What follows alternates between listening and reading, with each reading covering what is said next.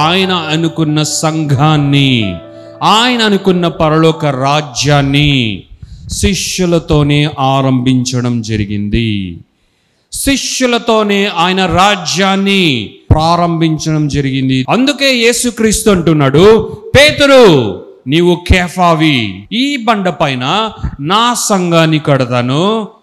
కేఫా అనబడే ఈ రాయితో, మొట్టమొదటి రాయిగా ఈ బండ పైన పెట్టి నా సంఘాన్ని నేను కడతాను.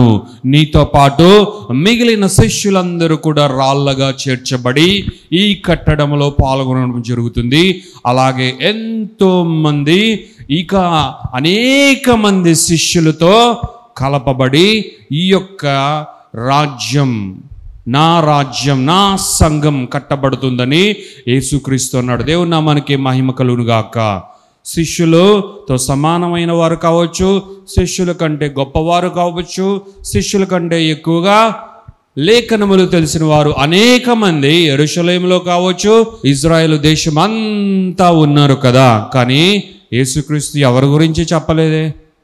ఏ ప్రధానుల గురించి, ఏ యాజకుల గురించి, ఇక ఎవరి గురించి చెప్పలేదు. యేసుక్రీస్తు, యేసయ్య తన యందు కేవలం విశ్వాసముంచి నమ్మిన వారిని మాత్రమే కాదు, తనకు శిష్యులుగా ఉన్నారా అన్నది కూడా చూసుకొని, తనకు శిష్యులైన వారిని మాత్రమే ఆయన ఎన్నుకొని, ఆ శిష్యులుగా ఉన్న వారినే ఇదిగో నా బండ పైన సంఘాన్ని నేను కడతాను, ఈ బండ పైన నా సంఘాన్ని కడతాను అని శిష్యులను ఉద్దేశించి, శిష్యులనే మొదట ఆయన చేర్చుకొని పేర్చుకొని ఆయన సంఘాన్ని ఆరంభించాడు. దేవునికి మహిమ కలుగును గాక.